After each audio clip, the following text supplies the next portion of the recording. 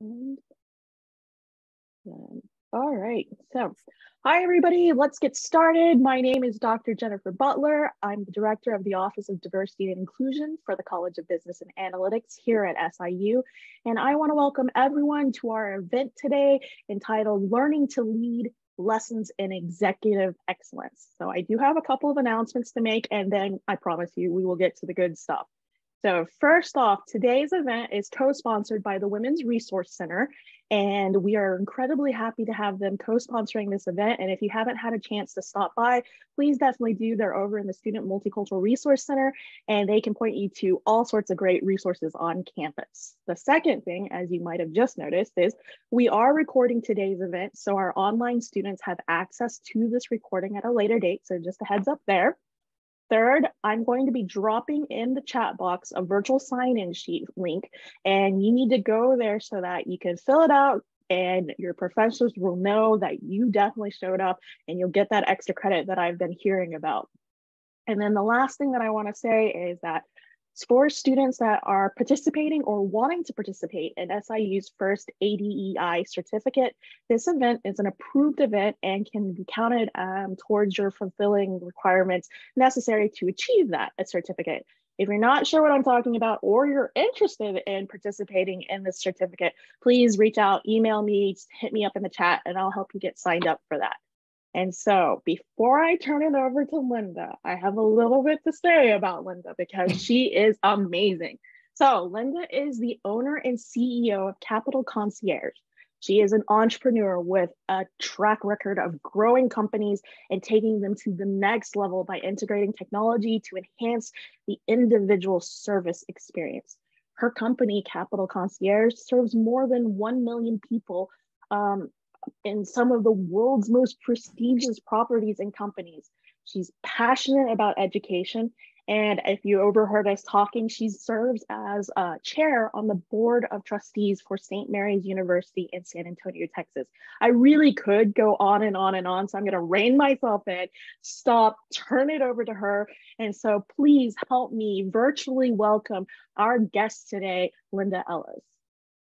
Thank you so much, Jennifer. I appreciate those wonderful words. And I understand that for those of you who are on and already I see you, you get extra credit if you turn your cameras on. And I would really appreciate it if you would do that, just because I want this to be very interactive. If it's not worth your time, that doesn't make any sense. And so it's what I tell our employees. We require our employees to be on camera because I love smiles. I love people enjoying what we're doing together because we're making a difference together. I'll share a little bit about myself and what I do. But before I do that, I would like for each of you to write down one word. When I say leadership, don't think about this. When I say leadership, what's the first word that comes to your mind? I'd like you to write that down. So I think that gave you enough time to do that. I am what they refer to as a serial entrepreneur. This Capitol Concierge is my third company. And I came to the company in 1998. And I couldn't even spell concierge when I came. I figured that out. I can do that now. And when I came to the company, our founder was starting another company. This is in 98. And she was going to use this little known thing called the internet. And so she started that company, and I led this company. From an operational perspective, became president of the company. And then in 2007, November 2007, I purchased the company. I'm a grower. I like to grow things. If I'm not growing things, I get bored. And so that's really important to me. And when I came to the company, we were in commercial office properties. And the idea was, when Mary, our founder, started the company, she thought, why are there only concierges in hotels? Why are there not concierges in commercial office properties? And so she really started this industry here in the DC Metroplex where I'm located. And we had a number of properties, and we had 87 employees when I first started. I will tell you, and 19 of which were in the corporate office. I don't even have 19 now, because I believe in very flat organizations. It keeps you close to the customer.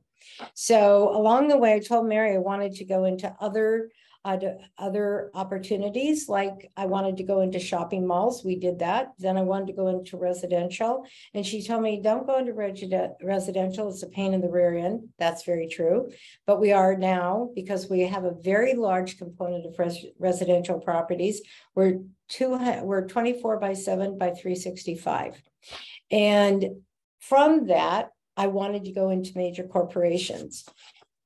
The former board wanted to keep it small and here in the DC Metroplex. And as I shared with you, I'm a grower. I wanted to grow things. So I was somebody who was very determined to make the company grow. And we had an opportunity to sell our company 3 times during this period of time. And we made it to the altar, never said the vows. So after the 3rd time, we went to the board and I said, why don't I buy it?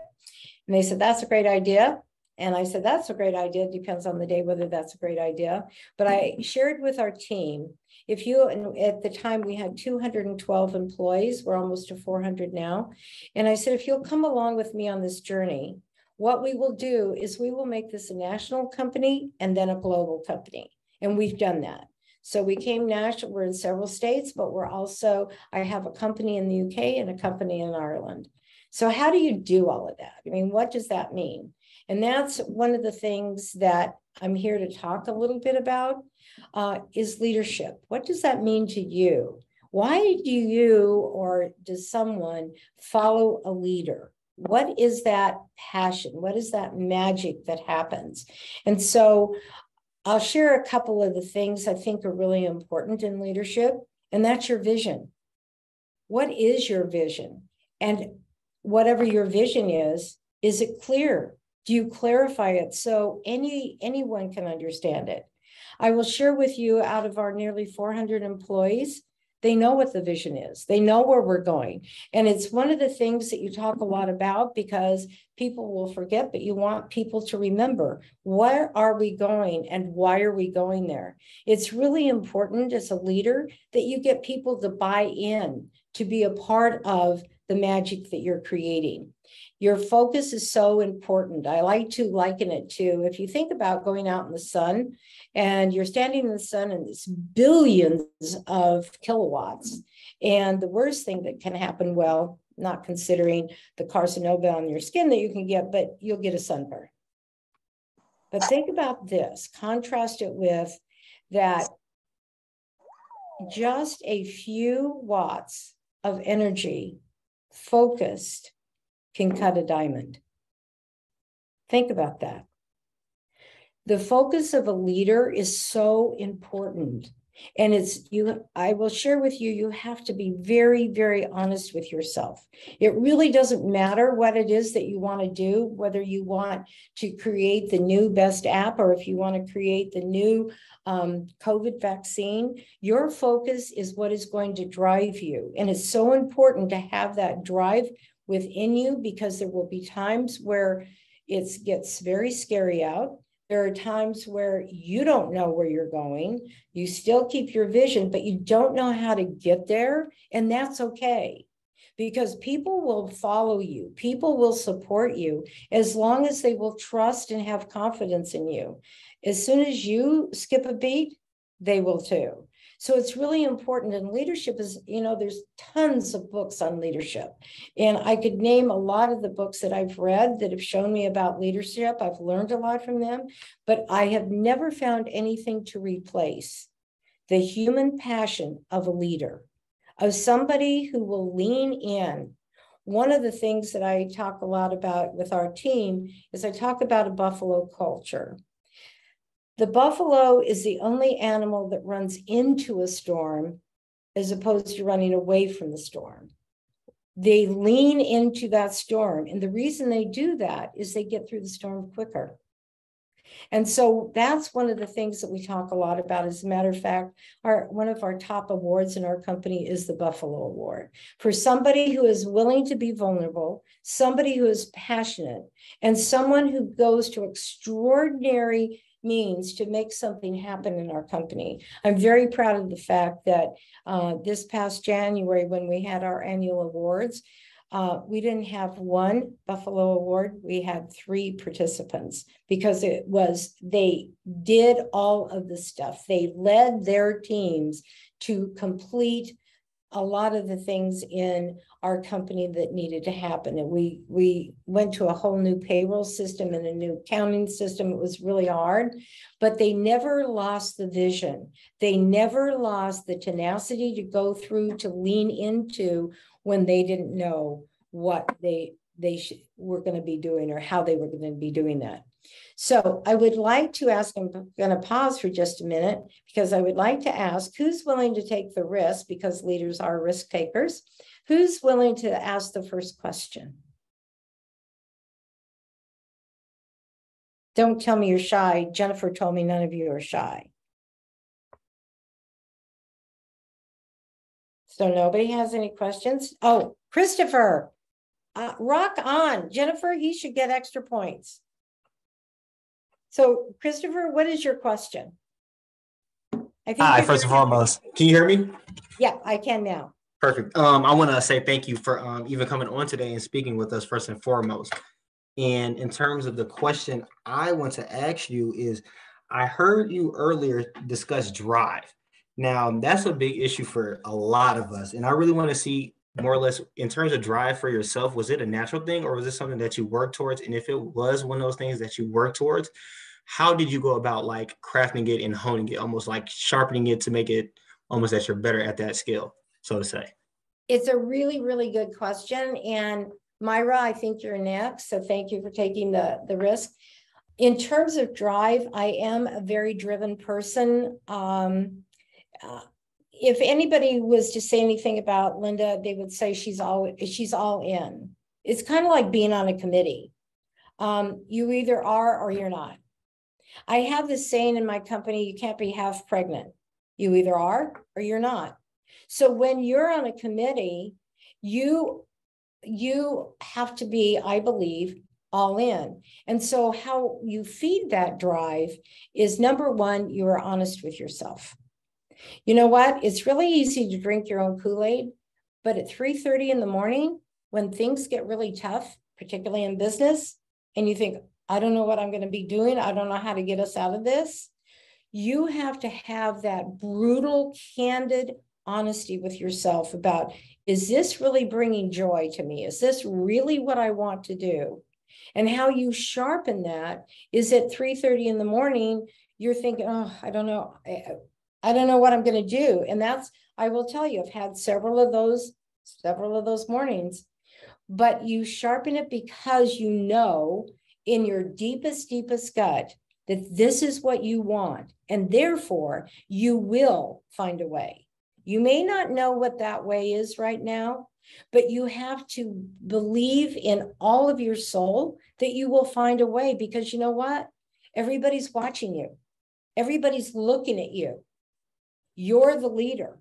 And it begins, I need to have the confidence in my leader. I will share one quick story with you where, and it was pre-COVID, there was a mix-up at our bank and our people weren't going to get paid.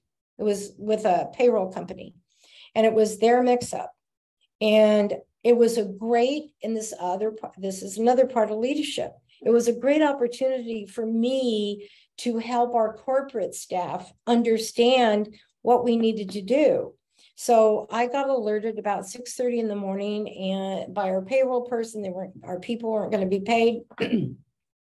And they couldn't get a hold of anybody at the payroll company. And I said, well, you call this person. Oh, by the way, it was a salesperson. So think about this, you guys. Salesperson has something, a big investment is called commission.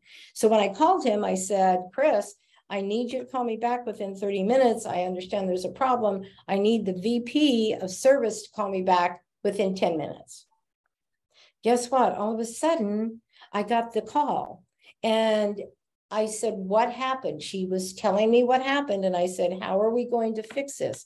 When are our people going to be paid? And of course, Murphy's Law, this happened to be a Friday. And she took me through everything. So I immediately went out to our team and I said, I don't have all the answers. I don't know how we're fixing this, but I will tell you, you're not going to get paid today.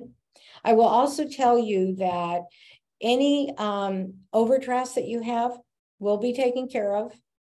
Any letter that you need us to write to any of the companies that you need to pay, we will write that letter. You will have that. And I will be back to you at 10 a.m. this morning with our next steps, what we're going to do. Without exception, I got emails, Lynda, you always have our back. We know that you're going to take care of us. We will take care of the clients. We're going to, because we know you're going to take care of us. You can't buy that. It's because you have to care about your people and you have to care about what it is you're doing. And that's part of how you hone your skill. Let me give you the opposite if I could, because it's a really important question, Christopher. If you're having a drive, if you try to fake that drive because somebody wants you to do something, or somebody says you'd be a great accountant, but you don't want to be an accountant, you can't fake that. It has to be real. So in the bottom line, I would say to you, that drive can only be honed if it's real. You can't fake it. Does that make sense? Makes perfect sense. Thank you. You're welcome. And Myra, is it Myra? Am I pronouncing your name correctly? Yes, thank you. A lot of people get that wrong, actually, so I appreciate that. Yeah, so my question is, have you ever lost your motivation or your vision? And if you have, how do you regain that passion? It's a really, you're asking the good questions. And I guess I would answer that by saying, yes, I've lost it, but it never went away. And what I mean by that is anybody, I don't care who they are, you're going to have bad days. And it's those bad days that you learn to pick yourself up by your bootstraps, because nobody else is going to do it, that you really learn about you, that you understand that, hey, that, like the payroll thing, that sucked. I picked myself up. But it was in the quiet of the night when I have questions, am I making the right decision? And we actually are going to be releasing a new product line of service in the next couple of years. And it's really scary. And I thought, okay, well, is this going to be okay? So it's fine to question, and it's fine to not second guess yourself, but collaborate with other people. One of the things that I've intentionally done, and I would encourage each of you, I don't care what field you go into, I don't care if you're the leader of that field, you have to get other perspectives, because it's really easy to drink your own Kool-Aid and think you're really great and you may be doing a great job, but are you leading in such a way that you are making a difference? And so I would say to you, yes, there are times when things get dark out. There's times when you think, oh, I really messed that up. There's times when nobody's listening to you, or you don't feel like they're listening to you, or you have this wonderful concept and it's like I just presented to my executive team last week, and I knew that they were not going to agree because it's really out there. And they surprised me and they said, wow, I knew you were going to be doing something like that, but it's scary. I mean, I will tell you, as I sit here talking to you guys today, it is scary because there's so many unknowns about it and there's so many pitfalls in it. But that is also what drives me. One of the things I've learned about myself, I'm not good with you telling me no, I can't do something, because as soon as you tell me I can't do something, I'll prove to you that I can. That's just in me. But I don't know if that helped you, Myra, but I would say to you, embrace those feelings. It's kind of like when you're a baby and you learn to crawl and then you learn to walk. And when you're learning to walk, you're falling down. And people don't necessarily think about that. But how many times did you have to fall down before you could walk? Those failures, if you will, of falling down taught you how to walk. And so when it gets really hard out, or I begin to think, okay, have I really gone way off the chart here? I think no, because I'm learning. And I am a lifelong learner, and I would encourage each of you to be a lifelong learner, because we all can learn more from each other. And that's why I am very intentional about surrounding myself with people who are smarter, who are better, and who I trust, that can tell me that I have my head up my butt. Can I say that, Jennifer? Sorry. It's kind of like if you're a golfer, you want to play against Tiger Woods. You don't want to play against somebody who's easy. Does that make sense, Myra? Yes, it does. Thank you so much. Absolutely. One of the things, and if I could, about leadership, I go back to when I was young. I was raised by a single father, and so he kept me very busy, so I'd be out of trouble. So I was volunteering for everything. But I was always, whether I was selling Brownie Scout cookies or campfire girl candy or whatever, I had to sell more than anybody else. I'm a salesperson. I've been selling since Brownie Scout cookies. That's, you guys probably weren't even, well, I know you weren't even born then, but they still have Brownie Scout cookies. But I had to drive, and it wasn't my competitive spirit of how many cookies that the other girls were selling. It was, if I sold 50 last year, I had to sell 100 this year, because I compete against myself. If I've done this, what can I do more? And that's it's a part of me. And it goes to Christopher's question in my drive, because I think you will find when you do something, when you accomplish something that you didn't think you could do, or it came out of the blue, and you think, I don't know how to do this, and you do it, you feel awful good. And that becomes addictive, because you want to be that leader. You want to be that person who others look up to, who others are going to follow, and they will be collaborative with you. And I will share with you, as I shared, we have almost 400 people. I meet every single new employee. I talk to every single new employee. And why? Because I want them to know who I am. As importantly, I want to know who they are. And that's how you build teams. That's how teams do wonderful, incredible things. I mean, look at, we just hit an asteroid to see what would happen to it if it was going to crash into our planet. That, guys, is leadership. That is collaboration. That is learning to work together. But it always needs a leader whose vision is clear, articulate, and driven. So I'm going to pause there, because I do want this to be interactive, because it gets really boring if somebody's just talking to you all the time. So anybody have any other questions? And don't be shy, because I'll call you out. Carson, do you have a question? Okay. Yeah, what's your name? Because I don't see it on your screen. My name is Carson. I'm not sure why it's not on there. Hi, Carson. I was just wondering, what would you say, somebody, they have, the drive and the motivation, they're able to get up and, work hard every day, but they may lack knowledge. They may lack the knowing how to take action. Like, they have the motivation, they do the work, but, they may not know how to get started or get going. Do you have anything on that? Yes. So I want to clarify that a little bit. Is that because they're fearful, or is it because they want to be an astronaut, but they don't know how, and that's really not part of their skill set? Yeah, like You see the two differences in that question? yeah, absolutely. For example, I'm big into fitness in my free time. And you know, I always was I mean not always, but I there were days, you know, I was able to get up and push myself to go to the gym and push myself to work hard, but until I um found a coach and somebody who's been doing it a lot longer than me, I didn't really realize all the things I was doing wrong.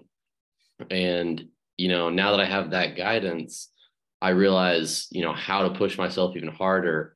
And I've learned so much. So, kind of in, you know, the business world and what you're talking about, do you have anything, you know, maybe that can relate? So for somebody, it sounds to me, if you don't mind using you as an example, it sounds to me that you found the key. You got a coach, right? So Absolutely. if you follow, is that something that you're considering that you might want to start a fitness group or a fitness business and you're afraid? Um, Not I'm exactly putting you on the that. spot, but we're all friends. I'm sorry. What was that? I'm sorry. I'm putting you on the spot, but we're all friends. Oh yeah, no, of course, of course. I wouldn't necessarily say that. It's just, you know, uh, like I said, you know, I was always able to work hard. But if I would have had the knowledge that I had, you know, that my coach was able to give me from the get-go and able to, I had the drive, I wanted to push myself, but I didn't have the knowledge to really, you know what it takes to push in the gym. You know what I mean? And I do, and I would say that the answer you've just given it is that you got a coach and you learned. So if you're beating yourself up because you didn't know all of the things that you've learned, rather than beat yourself up because you didn't know all of that stuff, congratulate yourself because you learned it and you're doing it. And so you can't, it's real easy, you guys, to slip back in the what ifs or I should haves or any of that. We all do that. It's human. I mean, I could do the next 8 months telling you all the things that I wish I had done different, right? But you go forward. It's the difference between being the leader who is willing to put yourself out there and go forward. Yes, you should have known that. Well, how were you supposed to know that? It's go forward, learn from all of that stuff and go forward and utilize it in a way that will bring you joy. And that's something I really want to drill down on, you guys. I would wish for you that you will never do anything that doesn't bring you joy. One of my criterias for every single one of our employees, because I believe so strongly it has to be fun. It doesn't mean it's going to be fun every single day. I don't imagine when you go to the gym, Carson, that every day is really fun to do that. You have to force yourself to get it done, right? But it brings you joy, right? And I will tell you, when I was at St. Mary's and I was an older student, I was in my 30s, and I had a family. I was taking 18 hours going to 2 universities because I couldn't afford all the hours at St. Mary's. So I got some at UTSA, and I had 3 part-time jobs. I do not know how I did that, but you know what? I did it. I don't know how I did that. But you know what? One morning I was studying for a final. I'm an early morning riser, and I was studying for a 6:30 final class, and it was my final in economics. And it was 3:30 in the morning. I looked in the mirror and I saw Lynda holding a book in one hand and a curling iron in the other. And I said, Lynda, as soon as you get that piece of paper, you will never, ever, ever again do anything that isn't fun. That was in 1982, and Lynda has kept that commitment. Because I will tell you, you guys, if it ain't fun, I ain't doing it. It's just that simple. There's a lot between here and there, Carson, But if it brings you joy, that will fuel you in the times that you doubt yourself. It will fuel you when you're afraid. It will fuel you wondering, okay, well, what do I mean, I just left one of the deans, and he was saying something to me about he wasn't sure how he should do something, and he was really concerned about it. So we talk about it. I think that there's some kind of night, and for younger people like yourselves, you guys take much better risks and take much more challenge than my generation did, because we had to be these perfect people, which we're not, but we couldn't admit to that. And so the very fact, Carson, that you asked that question, you have to ask yourself, if you're not able to get yourself up and go do that, if you're not able to forgive yourself that you didn't know, rather than congratulating yourself that you know now, then I would question, you need to look way deep inside of Carson to see what it is that you want to do. What do you want to accomplish? I mean, this is your life. And it's really important that your life brings you joy. And I just am not going to go to work when I don't like what I'm doing. It doesn't make any sense to me. I have an older brother who called me not so long ago, and he said, Lynda, when are you going to retire?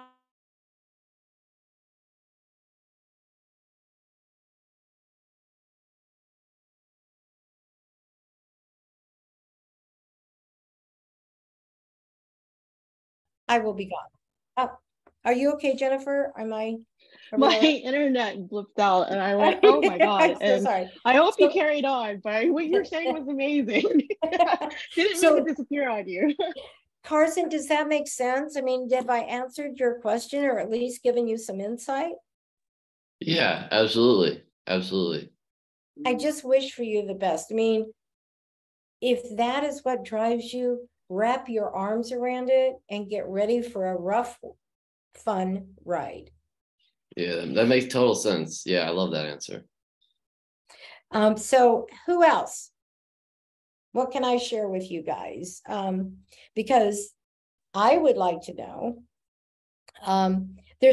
before I go there, there's a couple of things, and I've touched on, but I want to really impress upon you. By a show of hands, how many of you would like to make a lot of money? Carson was first. Okay. I would say to you, how hard are you willing to work? What are your limitations? Are you ready to go for the gold? That's a conversation you want to have with yourself, an honest conversation. I mean, people, I will share with you, I am a workaholic, there's that, and I am driven. But there have been many, many times that I've had to miss birthdays, dinners. I've had to miss events. I've had to say I'm sorry so many times. But I'm only going to get out of it what I put into it. And so being the CEO of a company of, excuse me, of being a leader of a company, I have an obligation to my employees. And I take that very, very seriously. It's why in our org chart, I'm at the bottom. Anybody guess why I'm at the bottom? Anybody think through that? It's really simple. No? Because I have one job, just one, and that's to support our employees. That's why I'm at the bottom. There are concierges who are customer facing or at the top. And anybody who comes into our corporate office understands that the reason they're getting a paycheck is not because of what they're doing. It's because what those concierges are doing. So they are our first customer. And that is translated into an everyday thing of, I've missed a lot of birthday parties, a lot of events, and it's what are you willing to give? And it doesn't mean if you're not willing to do that, if you're not willing to make those sacrifices, it does not make you a bad person. It means you've got to find something that is going to bring you joy, allow you to lead, but not those sacrifices. Where is your place? And once you identify that, there's freedom in there. And it doesn't always feel good. I wish I could say you and tell you it does. It's kind of like there's an event going on in my family tomorrow. I'm not going to be there. I couldn't get back in time. What are you willing to give? What are you willing to sacrifice? And therein lies where you have to be brutally candid, honest with yourself. And I'm asking you to do some things that you may not be used to. And that's really getting to know you, understanding you. Because you know what? It's one of the things I tell all of our employees when I'm always first one up in our training. Do you guys realize by a show of hands that there are billions of people on this earth? Billions. I don't know how many billions, but there's billions on this planet, right? Does everybody agree with me? Come on, I got to see you shaking your heads here, or else I'm going to feel lost all by myself. Think about this. There is only one you. Out of all the billions of people, there's only one you. Now, some people on my team would say, thank God there's only one of her. But I will tell you, it is really important you understand you. And therein lies some really difficult conversations. I am very, and I think I've shared with Jennifer, I am very, very faith-based. I went to a Catholic, well, it's Marianist University. I'm not Catholic. I'm Episcopalian, which is really watered down Catholic. But I've been blessed with having a very, very close relationship with Holy Spirit. I don't do anything without the Holy Spirit. I mean, I talk to the Holy Spirit a lot. And sometimes I am grabbing onto him because I don't know what I'm doing. But you know what? I trust, and I know. I try to understand where my limits are. I try to understand, am I being honest with myself? Because leaders are honest. Leaders are honest. And that starts with you. And sometimes we think we would like to be something else. And it's a very humbling moment when you realize I just don't have the brain power to do that. So what if I can't do that? What is it that I like to do? And that's why I always encourage people, please find something that will bring you joy, that you, like me, I like what I do. I like going to work. I like working with people. And I like being with people. And you know what may surprise you? I'm an introvert. I mean, it isn't fun for me to walk into, like I'm going to do as soon as we're off of this.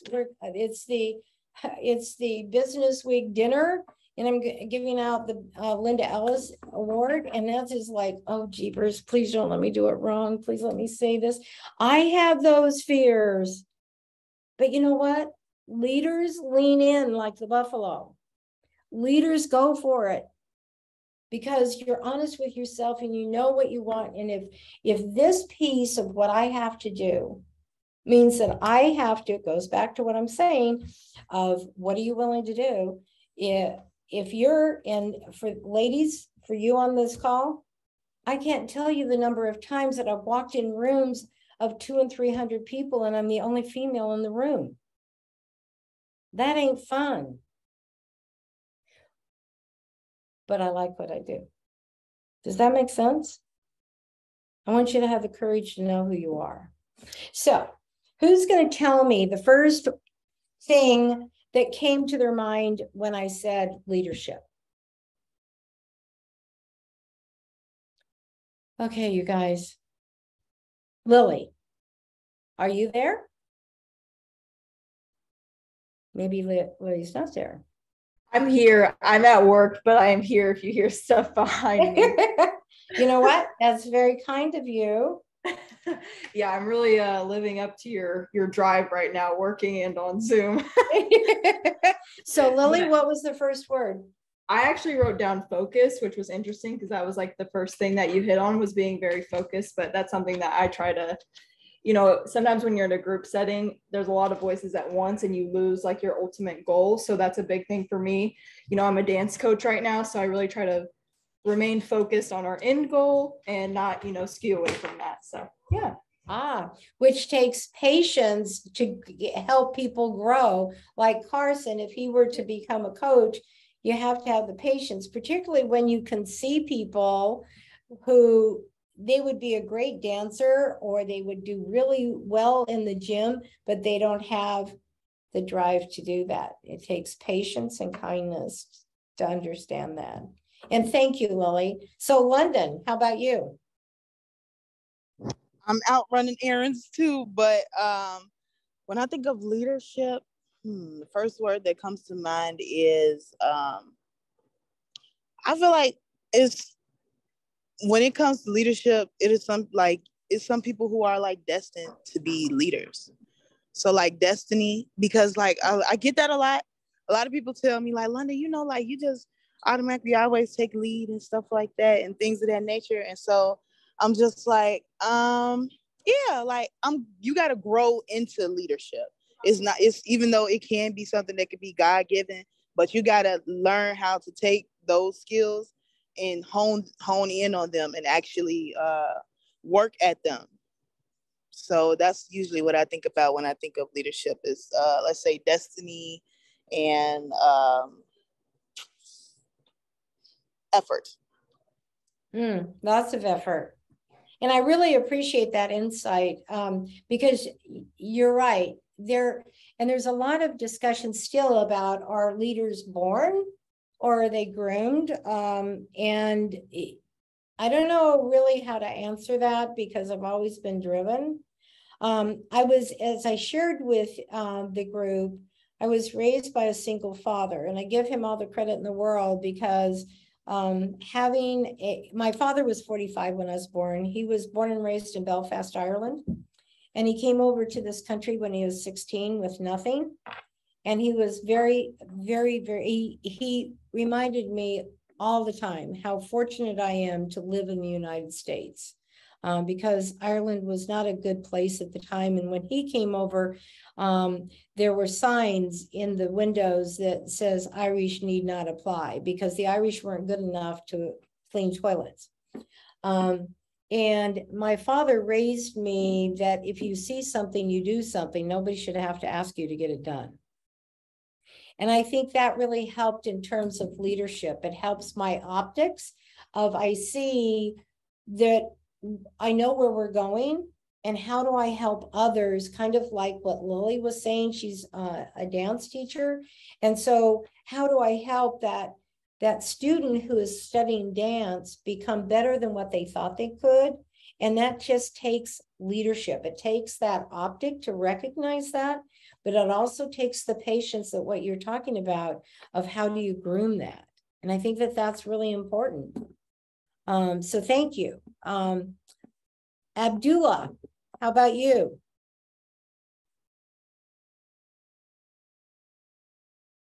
Maybe I'm either mispronouncing your name or you're not there. Could be. So we're going to go. Linnell. Have we called on Linnell? And there's some, you know what, Jennifer, some of the folks, there's two young ladies and there's no name, so I can't call on you. So the one just smoothing her hair, what is your name? You have a lovely necklace on, white collar. Oh, I thought my name had presented because I wrote it out, but my name's Naomi Hickman. Hi, Naomi. Hello. I think that leadership is really just taking into consideration everyone around you's needs and producing a good outcome through their efforts and your efforts combined in a way. And so how do you do that? How do you do that with 20 people? usually you would take into account their, I guess their strengths or the strengths that they tell you about, and apply it to the situation as best as you can, and try to pick up the slack in ways that you can. And what would that mean exactly? I mean, how could you articulate that? I would say that, you know, if somebody was good with like engineering, and you're trying to like make a toy of some sort, they might come up with the plan. And if you're like better with your hands and crafting, in that case, you yourself would pick up on maybe like getting the materials together to like form it, or having another person get the materials so you could form it with your hands, is what I'm saying. So let's drill down on that a little, if you don't mind, because leaders, you're bringing up a very interesting point, because leaders don't do, they lead. Mm-hmm. And that's a uniqueness that's very hard for some leaders. And you're looking at one.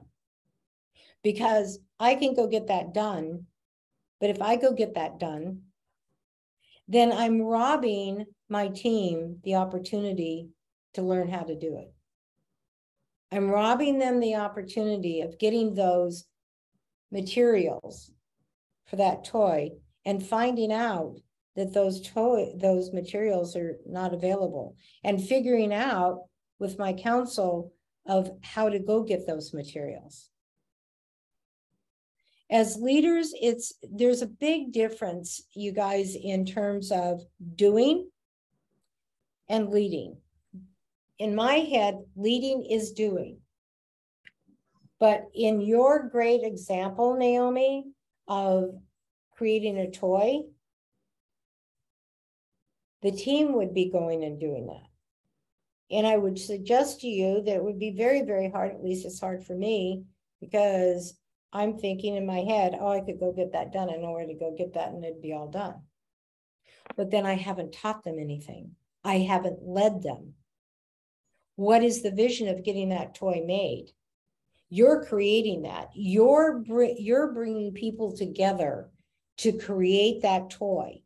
Or let's say it's a toy, for your example, that one person, it only takes one person.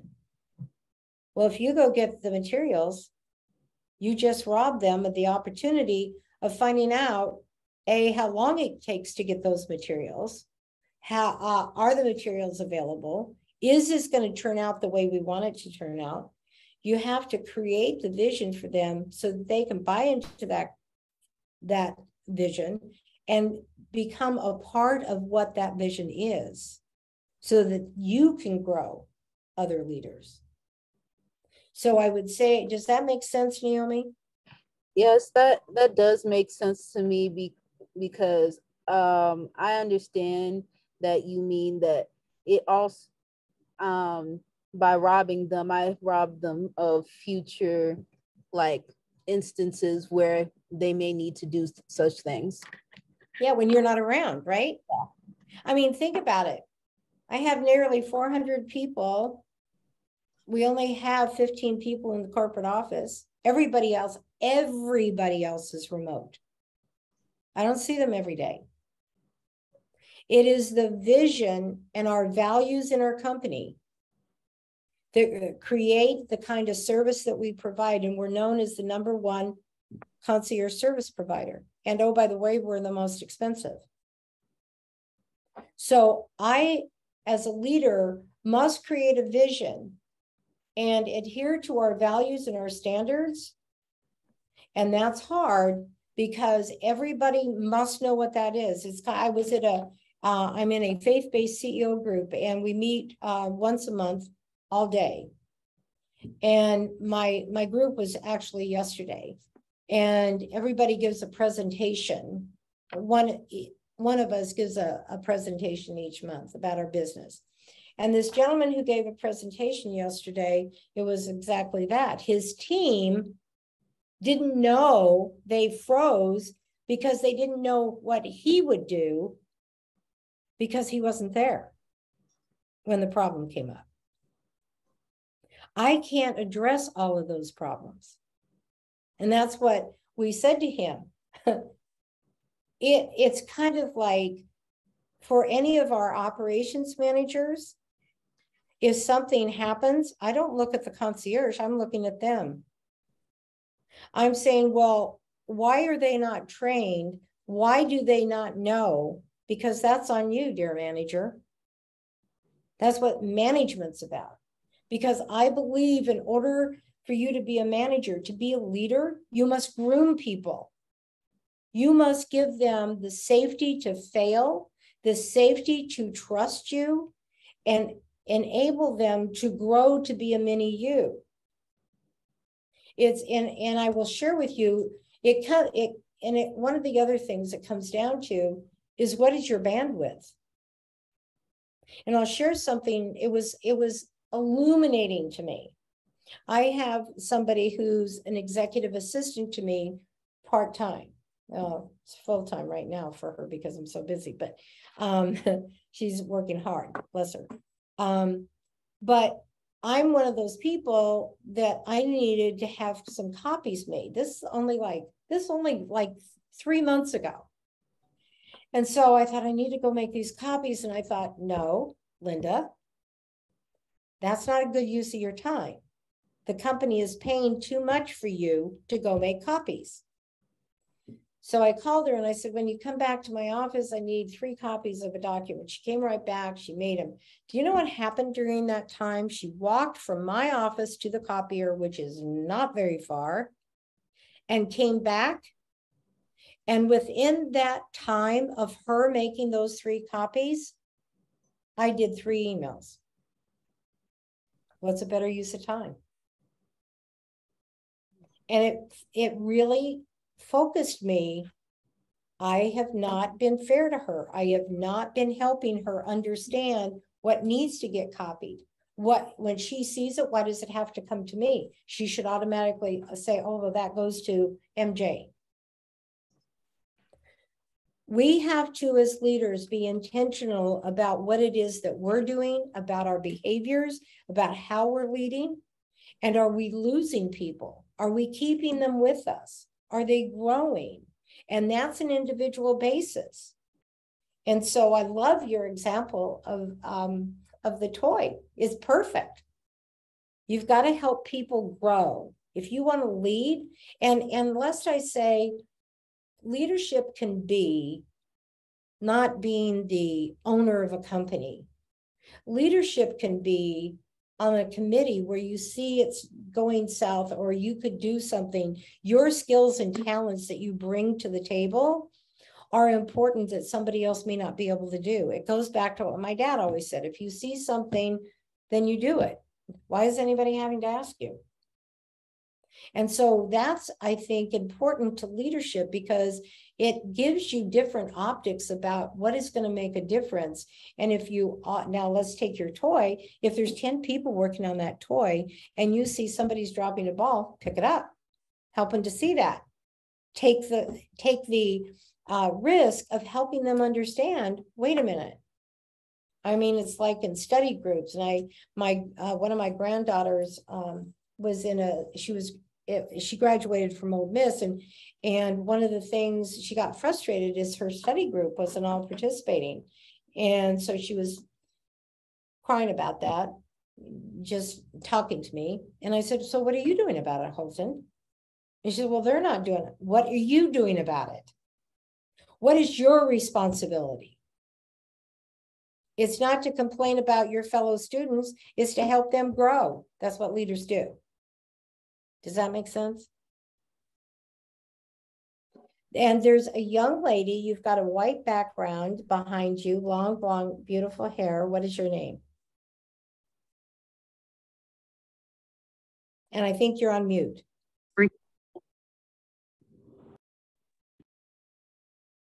I can't hear.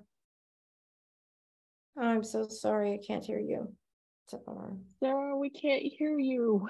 We can see you.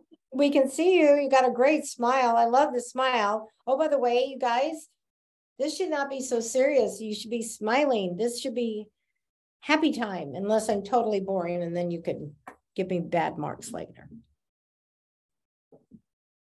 But I'm sorry we can't hear you. And you're off mute, are you?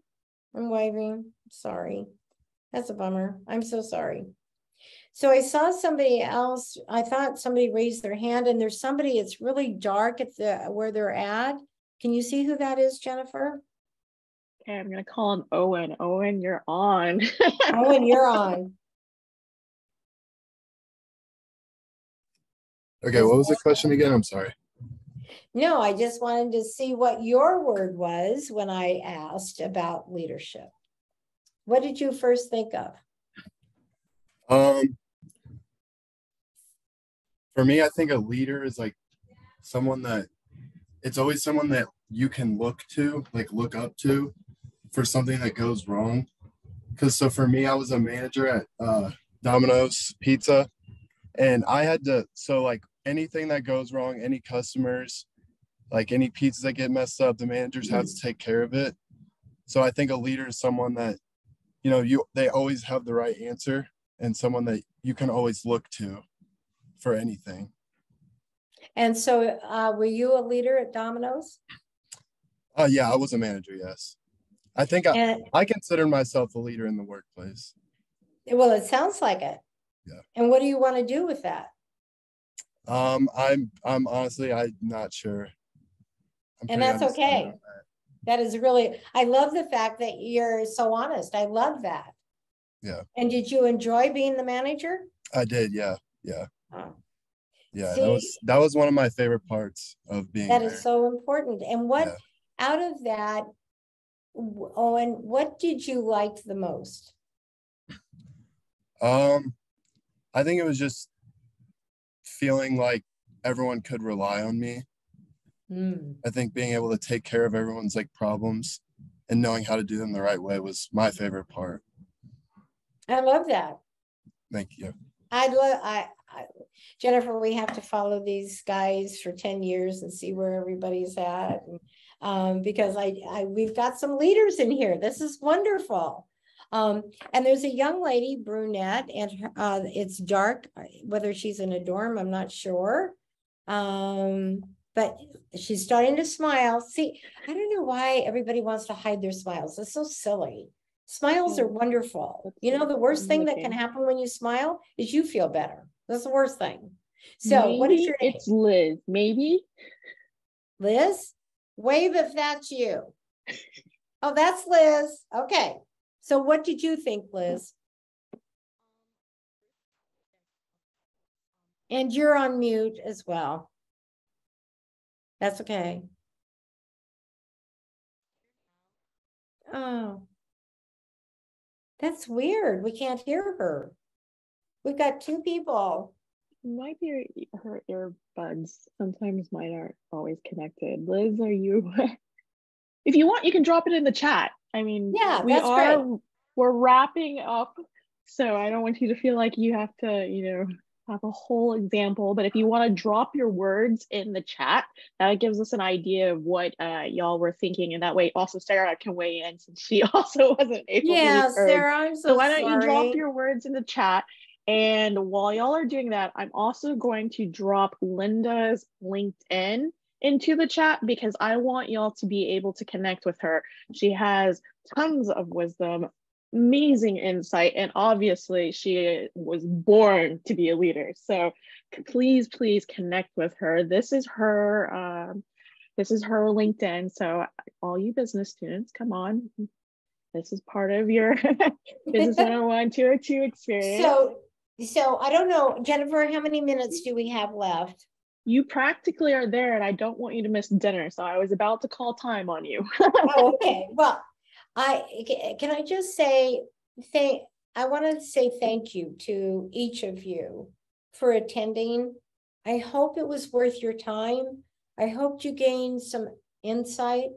I also really hope it caused you some very uncomfortable questions. because that really starts looking at what is important to you. I wish you much, much success. I hope that you will link in with me. If there's anything that a question comes up, please don't hesitate. Thank you for being so attentive. And I'm so sorry that we weren't able to hear the two of you guys. But I know you guys are going to succeed at whatever you want to do and whatever you're willing to do. And if I might, I will leave you with something that we talked about this in my C12, the faith-based CEO group yesterday. Christ did not have any part-time disciples. Think about that.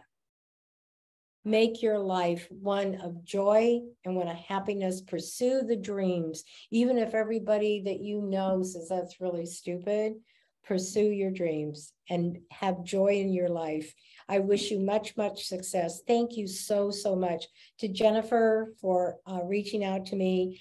And thank you so much for being so attentive. I know it's late in the evening, but I really appreciate it. I hope you guys have a great evening. Thank you so much. Thank you, Lynda. That was amazing. We learned so much from you. Please, everyone, make sure that you connect with Lynda. And if you didn't do your virtual sign-in, I'm going to drop the link right now. You should click on it so that as I end the meeting, you don't lose the link because you want to get the credit for attending. Y'all really participated. It was super engaging. But thank you to everyone. And now will you help me thank Lynda for speaking tonight? Thank you, Lynda. That concludes. Thank you so much. Thank you so much. It's been great. I appreciate it. Thank you. Glad to have you out. Thank you, Lynda. Bye.